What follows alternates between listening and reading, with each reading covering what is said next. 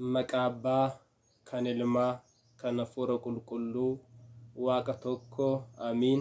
በስመ አብ ወወልድ ወመንፈስ ቅዱስ አሐዱ አምላክ አሚን።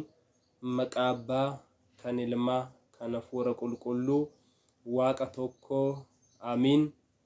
Hundumaa duratti teessoo Suraafeelii fi Kirubeeliin baatamurra taa'ee ergamoota haayyuu qabaniin kan galateeffamu Waaqni waaqotaa, mootiin moototaa, gooftaa fi fayyisaan keenya Yesuus Kiristoos galanni fi oqobaan guddaan waamicha maqaa isaatiif haa ta'u. Waaqayyo kan jaallattan, Waaqayyoonis kan isin jaalatu maatii Waaqayyoo, ijoollee kennaa dubree qulqulleettii Maariyaamii kan taatan biyya ambaas biyya keessas teessanii tamsaasni sagalee Waaqayyoo kun isin bira dhaqqabaa kan jiru hunda keessaniif iyyuu nageenyi fi araarri Waaqayyoo lafaa fi bakka jirtanitti isiniif haa baay'atu jechaa kara barnoota keenya guyyaa har'aatti ni adeemna. Waaqayyo gooftaan keenya hafuura qulqulluu isaa nuuf ergee dubbii macaafa qulqulluu kan fagaatee dhiyeessee kan dhokate immoo ifa baasee nu barsiisuun fedhaa fi eeyyama isaa nuuf haa ta'u. Barnoota keenya sagantaa darbe keessatti hiikoo wangeela gooftaa keenya Yesuus Kiristoos qulqulluun Maatiyos kan barreesse boqonnaa 1 lakkoobsa 2 wal wajjiniin ilaalaa turuun keenya ni beekama. Egaa lakkoobsa 2 irratti Yisaaq Yaaqoobin dhalche kan jedhu kaasne egaa ijoolleen Yisaaq lama akka ta'an isaanis Yaaqoobii fi Eesaawi.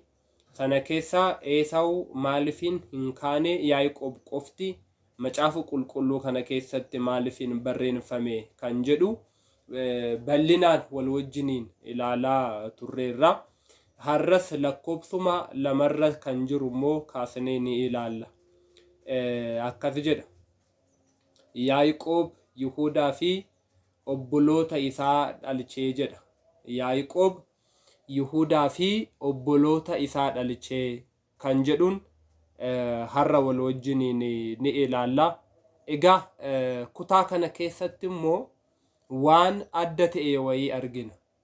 Waa'ee dhaloota Yisaaq yeroo dubbatetti obboloota Yisaaq afan 7 sana obboloota Yisaaq jedhee hin kaasne. Waa'ee dhaloota Yaaqoobis gaafa kaasu obboleessa isaa afe Eesaawin hin kaasne. Askee garuu Yaaqoob Yihuudaa fi obboloota isaa dhalche jedhee obboloota Yihuudaa afan sana obboloota jedhee kaaseera.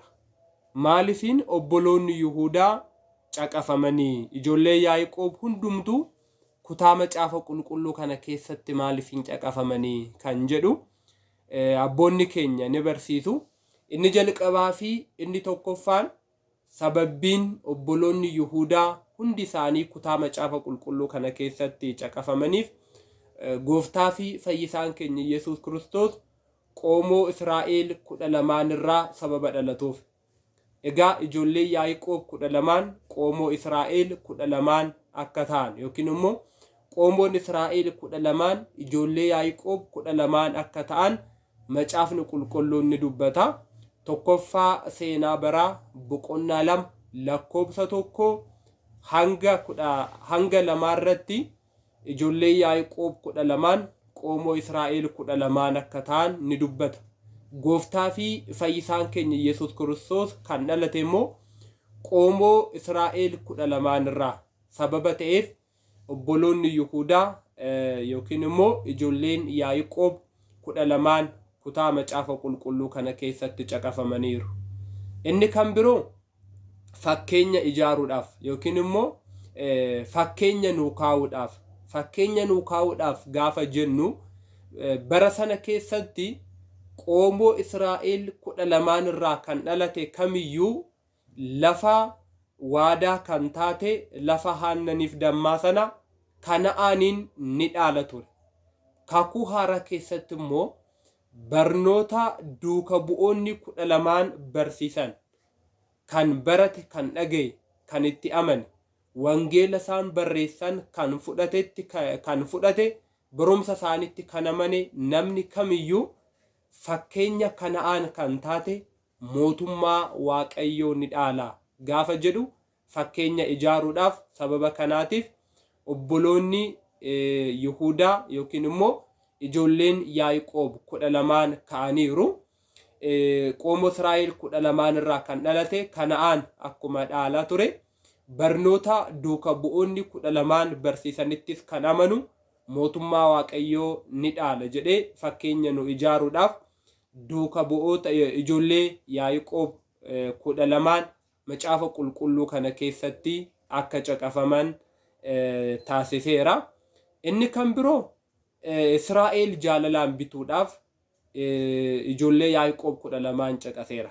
Israa'eloota jaalalaan bituudhaaf.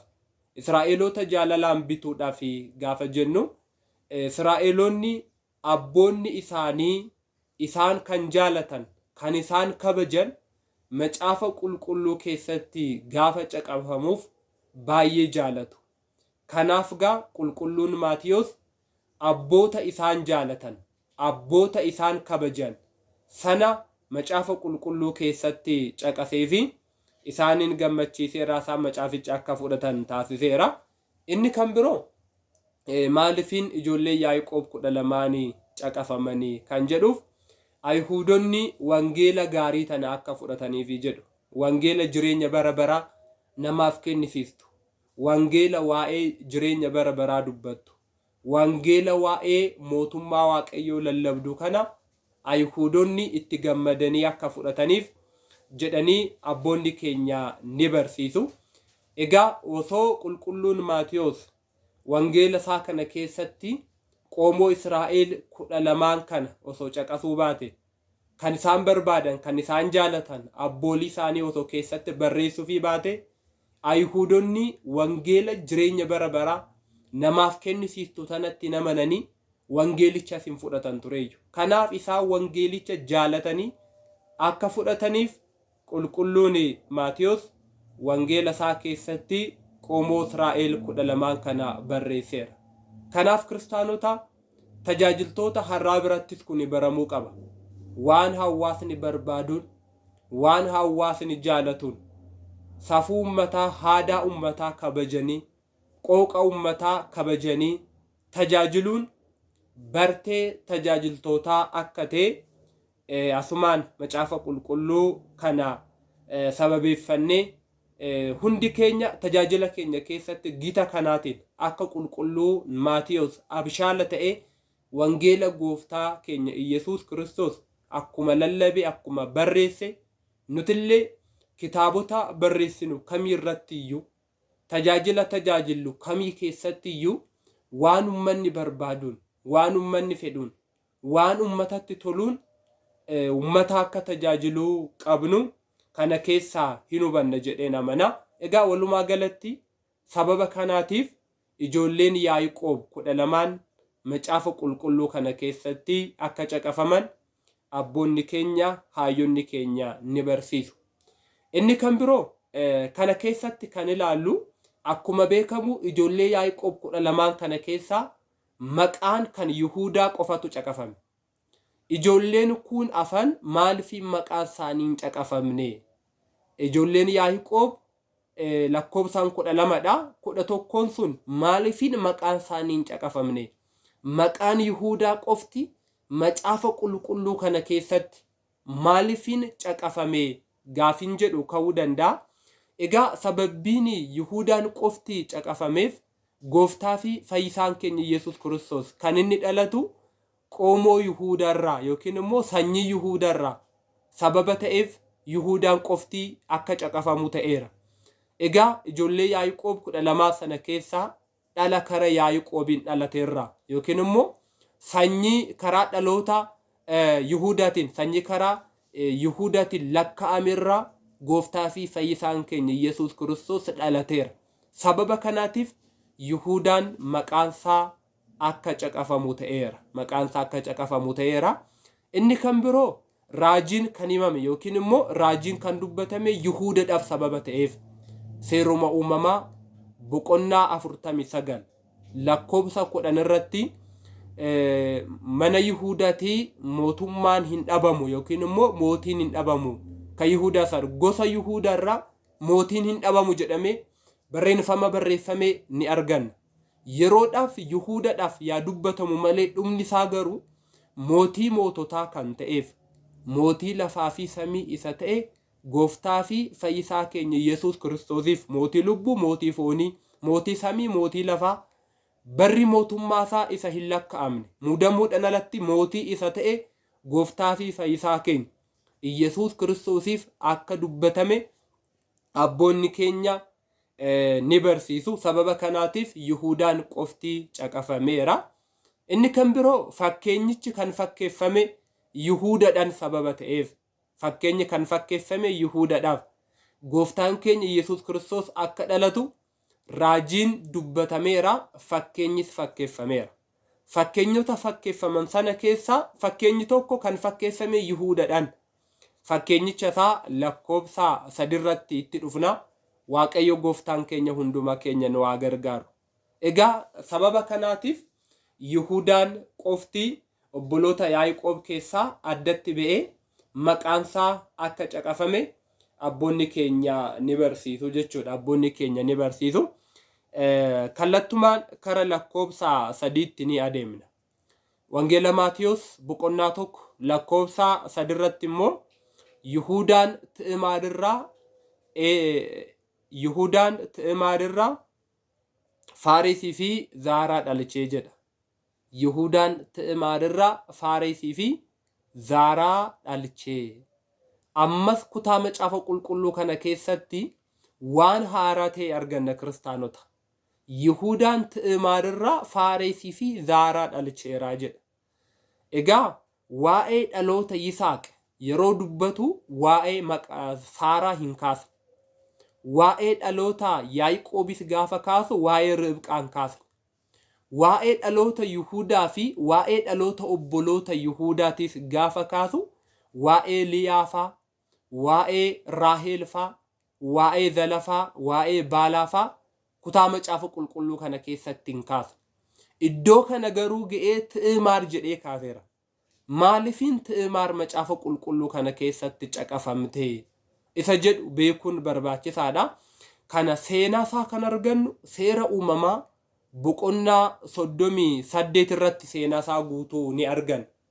Yihuudaan dubartii Seewwaa jedhamtu fuudhee dubartii Seewwaa jedhamtu kanarra ijoollee 3 argateera.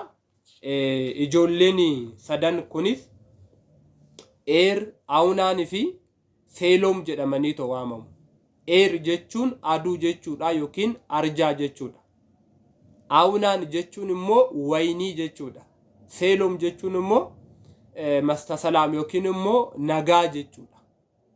Yihudaan mucaa isaa hangafaatiif yookiin Eeriif dubartii Ti'imaar jedhamtu hubannoo qabeettii kan taate. Garuu gosti ishii gosa Ayzaabotaa keessaa kan taate dubartii tana ilma isaa Eeritti fuusisa. Yeroo kana abbaa isaatti mufate. Sababbiin inni itti mufateef abbaan koo gaa'ela kiyya yookiin fuudhuu kiyya hin jaalanne ta'a malee osoo fuudhuu kiyya jaalate akkamitti dubartoota ormootaa keessaa natti fuusisa. Gaggaarii kan ta'an Israa'eloota keessaa natti hin fuusisu tureeyyuu jedhee kun abbaa isaa Yihuudaatti mufate. Dubartii tana bira kan ga'uu didute yookiin immoo dubartii tana bira ga'uu dide. Waaqayyo gooftaan sanyummaa hin jibba, hin balaaleffata. Sababa ta'eef du'aan ni adabame. Waaqayyoon du'aan isa adabe. Har'as Waaqayyo sanyummaan fedhu, sanyummaan jaalatu. Yeroo baay'ee qoomoodhaan, sanyummaadhaan, sabummaadhaan wal qoqqoonna ta'uu danda'a. Kuni garuu fuula Waaqayyo duratti jibbisiisadha kiristaanota. Waaqayyo waa akkasii irraa nu haa baraaru. Waan sanyummaa yaadeef akkamitti ormoota keessaa natti fuusisa jedhee dubartii tana bira kan hin geenye ta'e Waaqayyoon du'aan isa adabnaan Yihudaan obboleessa isaatti yookiin immoo obboleessa Eeritti ilma isaa isa lammaffaa san Aawunaanitti dubartii Ti'maar kana itti fuusisa. Kunoo obboleessi kee du'eera. Kanaaf ati haadha manaasaa dhaaliiti isheerraa daa'ima argadhu. Daa'imti ati argatte kun immoo ilma obboleessi kee kan maqaansaa ittiin waamamu haa ta'u jedhe. Egaa kun seera bara Ooritii keessa turedha. Barri kun tokkos bara ilmi namaa eenyummaan isaa ganamaa irraa fudhatame, ulfinni isaa kan irraa fudhatame, kabajni isaa kan irraa bara ka'e keessa ture.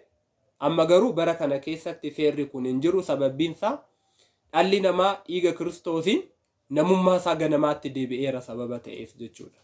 Kanaaf seerri kun bara kana keessatti kan hin eeyyamamnedha.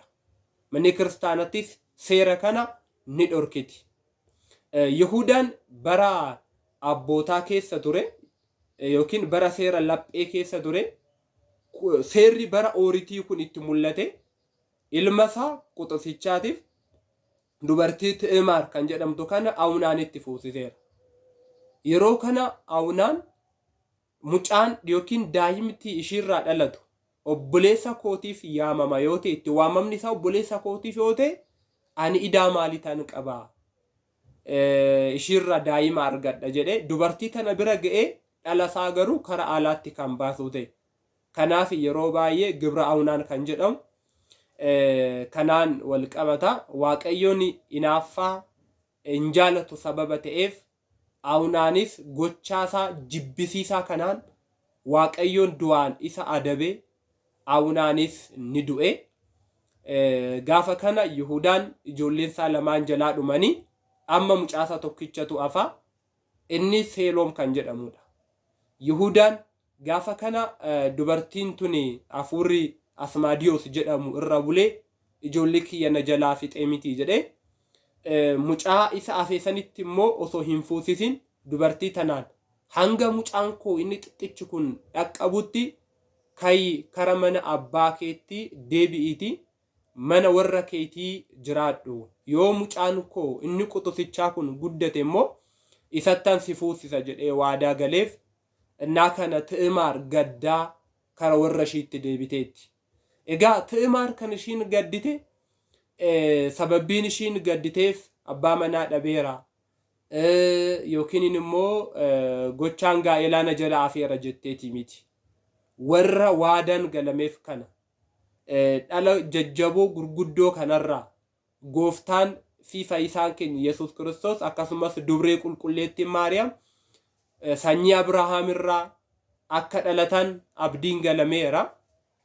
Kanaaf sanyii dubroon Maariyaamiin irraa dhalattu kana sanyii gooftaa fi fayyisaan keenya Yesuus Kiristoos irraa dhalatu kana keessaa akkamittaan adda baha jetteeti kan ishiin gadditeef. Gaddaa kara warra ishiitti deebiteetti. Yeroo booda Yihudaan haati manaasaa Seewwaan jalaa boqattee yookiin hin duute. Gaafa ishiin boqattetti Yihudaan gaddarraa idda of jajjabeessee yeroon gadda isaa yeroo darbetti hoolota isaarraa rifeensa mursiisuudhaaf kara biyya Teemnaataa jedhamtutti deema. Egaa bara sana keessatti hoolonni nyaataaf qofaa miti kan oolani. Rifeensi isaanillee maallaqatti kan jijjiiramu tureeyyu. Kanaaf Yihudaan hoolota isaarraa rifeensa mursiisuudhaaf kara biyya Teemnaataa kanatti gaafa deemu Eeraas Adolomaawii kan jedhamu dubartii Ti'maar jedhamtu kanatti abbaan ijoollee abbaa manaa keetii kara biyya Teemnaataatti hoolota isaarraa rifeensa mursiisuudhaaf dhufeera jedhanii gaafa Ti'maaritti himan. Ti'maar uffata ejjummaa uffattee dunukkaana daandii qaxxaamuraarratti dhaabdee Yihuudaa eegdi. Gaafa kana Israa'eloonni dubartii arganii bira darbuun isaaniif hin ta'u. Bara Solomoon kan taasifame hundi keessan ni yaadattu. Akkasumas immoo Bala'aam illee mooticha sana gorsee Israa'eloota injifachuudhaaf feeta yoo ta'e dubartoota mimmiidhagoo kara isaanii ergi jedhe Israa'eloonni sanaan dogongoranii akka isaan injifaman kun seenaa macaafa qulqulluuti. Gaafa kana Yihudaan Ti'maariin ishee bira seenee buluu fedhe. Ti'maar gatii naa kaffali jetteeni hoolaa korbeessa hoolaa tokkoon sii kenna jedhee Yihudaan Ti'maariif waadaa seenaa fi agasitti qabsiisa naa kenni jetteeni maal siif kennu jennaan qubeellaa kee gonfoo kee dullaa kee ettee sana booda Yihudaan qabsiisa kana hundumaa kennee fi Ti'maar bira ga'e nama isaa ka'ee afata isaa dachaafate karaa maatii isaatti yeroo deebi'u Ti'maar dunkaana sana diigdee uffata ijummaa ofirraa baastee karaa mana isheetti deebiteetti karaa mana maatii isheetti deebiteetti. Maaliif inni hojjenne Ti'maar ejjituu sababa hin taaneef waan Yihudaan waadaa ishiidhaaf galee mucaa koo isa qoxisichaa sittan fuusisa jedhee waadaa isheedhaaf gale sana waan inni isheedhaaf hin raawwanne kana taasiste malee Ti'maar amala ejjummaa qabaatteetii miti. Sana booda Yihudaan hojjetaa isaatti hoolaa korbeessa akkuma waadaa galeefitti itti erge hojjetaan isaa kun kara biyya sanaa deemee dubartii ejjituu tana hin barbaade biyya kana keessa dubartiin ejjituu hin jirtu jedhanii namoonni biyyaallee itti qoosanii hojjetaan sun dhabee kara mana isaatti kara Yihudaatti deebi'ee dhabeera. Namoonni biyyaa immoo ejjituun biyya keenya keessa hin jirtu naan jedhaniiru jedhee Yihudaatti himaa bakka dhiisi ijoollee Yaaqoob dubartii ejjituu barbaadu jedhanii maqaa nu balleessu jedhee Yihudaan dhiisedheeni. Garuu ji'a sadii booda Yihudaan Ti'maar akka ulfoofte dhage. Innaa kana dhakaachan rukutaa ajjeesaa abiddaanis ishee gubaadhaa jedhee labsii labse. Yeroo kana Ti'maar geessaatii dullaa kana qubeellaa kana gonfoon kun kan eenyuti jedhaati Yihudaatti agarsiisadha jettee Yihudaatti ergiti. Yeroo kana Yihudaan gaafa kana argu ana caala Ti'maar amanamtuu taateetti. Ti'maar yaadanna injifatteerti jedhee ajjeesaa jechuu hin dhiise. Sana booda Ti'maar yeroon de'iisa ishii yeroo ga'u deessistoonni gaafa isheetti dhiyaatan kan ishiin dee'uudhaaf taatu ijoollee lamadha yookiin immoo lakkuudha. Innaa kana deessistoonni kan jalqaba dhalate sana adda baasuudhaaf isa jalqaba dhalate irratti harka isaa irratti kirrii diimaa hidhan. Inni jalqaba mul'ate sun deebi'ee kan hin mul'anne sun dhalate. Gaafa kana maqaasaa Faares jedhanii waaman. Faares jechuun jalqaba kan mul'ate afee kan hin mul'anne dhalateera jechuu isaati. Yookiin immoo mo'ataa injifataa jechuudha. Humna qabeessa hirree qabeessa jechuudha Faares jechuun. Kanaaf Faares jedhanii moggaasaniif. Isa lammaffaa irratti dhalate immoo Zaaraa jedhanii moggaasan. Zaaraa jechuun jalqaba mul'ate afeera dhadhabaa jechuudha yookiin hiikni isaa dhadhabaa. Inni mul'ate booddee inni afee immoo inni mul'anne sun dhalateera. Gaafa jedhan maqaasaa Zaaraa jedhanii waamaniiru. Egaa seenasaa guutuu dubbistoonni dubbisaadha. Seera uumamaa boqonnaa 38 irratti seenasaa guutuu ni argattu. Kuni hundumtuu fakkeenya qaba. Kuni hundumtuu kakuu haaraatiif fakkeenyadha. Egaa fakkeenyi waan sana jechuudha miti. Garuu waan sana immoo dhiyeessee kan nutti agarsiisu kan mul'isudha malee. Yihudaan fakkeenya waaqa abbaati. Hoolaan sun immoo fakkeenya gooftaa keenya Yesuus Kiristoosiiti. Eeraas Adoloomichi yookiin immoo Eeraas Adoloomaawwiidhaani. Inni immoo fakkeenya ergamaa qulqullicha Gabri'eelidha. Dullaan sun fakkeenya fannoo gooftaa keenya Yesuus Kiristoosiiti. Qubeellaan fakkeenya amantaati. Gonfoon sun immoo fakkeenya gonfoo qoree gooftaan keenya Yesuus Kiristoos guyyaa jimaataa fannoo irratti kaawwateeti. Fakkeenya gonfoo qoree gooftaa keenya Yesuus Kiristoos guyyaa jimaataa fannoo irratti kaawwateeti. Ti'maar immoo fakkeenya Ayihuudotaati. Ti'maar fakkeenya Ayihuudotaati. Egaa Ti'maar fakkeenya Ayihuudotaa gaafa jennu Ti'maar qabsiisa sana qabattee hafte malee gatii ishii kan ta'e hoolaa sana hin arganne. Akkuma kanaa Ayihuudonnis abdiin himamuufillee raajiin dubbatamuufillee fakkeenyi fakkeeffamuufillee kana hundumaa dhaga'anii afan malee isa dhalate gooftaa keenya Yesuus Kiristoositti hin amanne. gooftaa keenya Yesuus Kiristoositti namanne. Abdii galameef sun gaafa raawwatamu itti hin amanne. Sababa kanaatiif Ti'amaar Ayihudootaan fakkeeffamteetti. Tokkos jedhu abboonni keenya Ti'amaar fakkeenya mana kiristaanaati jedhu. Ti'amaar fakkeenya mana kiristaanaati. Akkuma beekamu Ti'amaar ijoollee abbaarraa argatte malee eerii fi awnaan irraa hin arganne yookiin immoo ijoollee irraa hin arganne abbaarraa argatte malee. Akkuma kana manni kiristaanatis amantoota kan ishiin argatte raajotaa fi luboota irraa osoo hin taane waaqa raajotaa, waaqa lubootaa kan ta'e gooftaa fi fayyisaa keenya Iyesuus Kiristoos irraa argatteetti. Sababa kanaatiif Ti'amaar fakkeenya mana kiristaanaati jedhu. Tokkos Ti'amaar yookiin ijoollee yookiin dhala abbaarraayis ijoolleerraayis hin tuffanne. Ti'amaar dhala abbaarraayis ijoolleerraayis akkuma hin tuffanne akkuma beekamu Ti'amaar eerirraayis awunaanirraayis dhala argachuu barbaaddeetti. Booddees garuu Yihuudarraa gaafa dhala argattu hin jibbine. Akkuma kanaa manni kiristaanatis nama saba kamiyyuu haa ta'u, nama lafa kamiyyuu haa ta'u, nama qomoo kamiyyuu haa ta'u, amanee kan cuuphame, foonii fi dhiiga gooftaa kan fudhate hundumaa kan hin jibbine ta'uushii, nama hundumaa ija tokkoon kan ilaaltu ta'uushii kan agarsiisudha. Manni kiristaanaa mana sanyummaa miti, mana sabummaa miti. Saba hundumaa ija tokkoon kan ilaaltudha manni kiristaanaa. Saba hundumaa ija tokkoon kan ilaaltudha. Sababa kanaatiif Ti'amaar fakkeenya mana kiristaanaati jedhanii abboonni keenya ni barsiisu. Faares fakkeenya kakuu moofaati. Zaaraan immoo fakkeenya kakuu haaraati. Faares fakkeenya kakuu moofaa. Faares fakkeenya kakuu moofaati. Zaaraan immoo fakkeenya kakuu haaraati. Egaa kunis Zaaraan jalqaba harkasaa mul'isee booddee immoo gidduudhaan Faarestu dhalate. Kun immoo egaa Zaaraan fakkeenya kakuu haaraati jenneerra. Bara Malkiiseedeq sana kakuun haaraa mul'attee baduushiti fakkeenyadha. Zaaraan harkisaa mul'ate booddee inni deebi'ee Zaaraan Faares dhalachuun isaa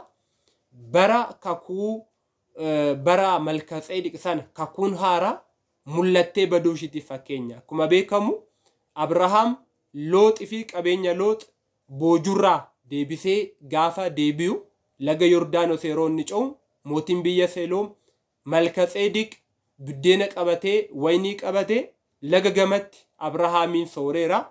Kun hundumtuu fakkeenyadha. Abrahaam fakkeenya amantootaati. Lagni Yordaanos fakkeenya cuuphaati.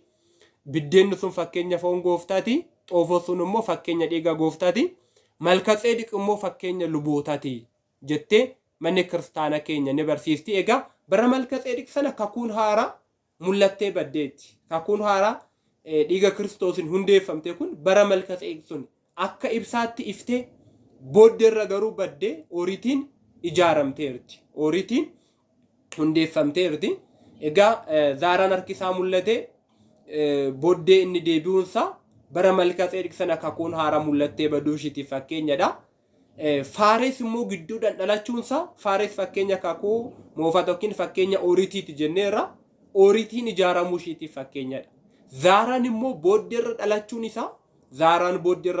isaa booddeerra immoo dhiiga Kiristoosiin kakuun haaraa hundeeffamuu isheetiif fakkeenyadha. Kakuun haaraa dhiiga Kiristoosiin hundeeffamuu isheetiif fakkeenyadha. Harki Zaaraa fakkeenya lubootaati. Fo'aan harka isaa irratti hidhame sun immoo fakkeenya foonii fi dhiiga gooftaa keenya Iyesuus Kiristoos akka ta'e